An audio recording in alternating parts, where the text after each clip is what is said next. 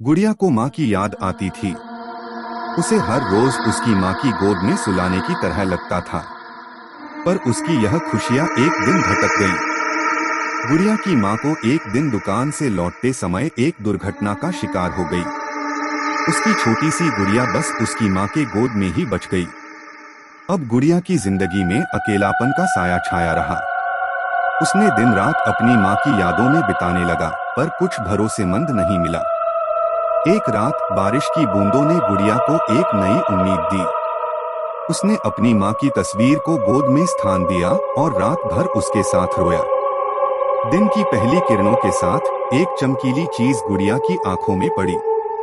वह देखा कि उसकी माँ की तस्वीर से कुछ धूप की किरणें उसकी गोद में गिर रही हैं।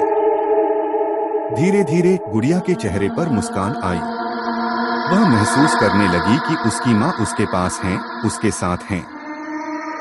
गुड़िया ने अपने आप को समझाया कि माँ की मौजूदगी की खोज में वह खुद को बदल सकती है। वह अब अपने आप को अधिक स्वतंत्र महसूस करने लगी। उस दिन से गुड़िया ने अपने आप को एक नया जीवन देखा। वह अपने सपनों की ओर बढ़ती रही और उसने अपने आसपास की दुनिया के साथ संबंध बनाए।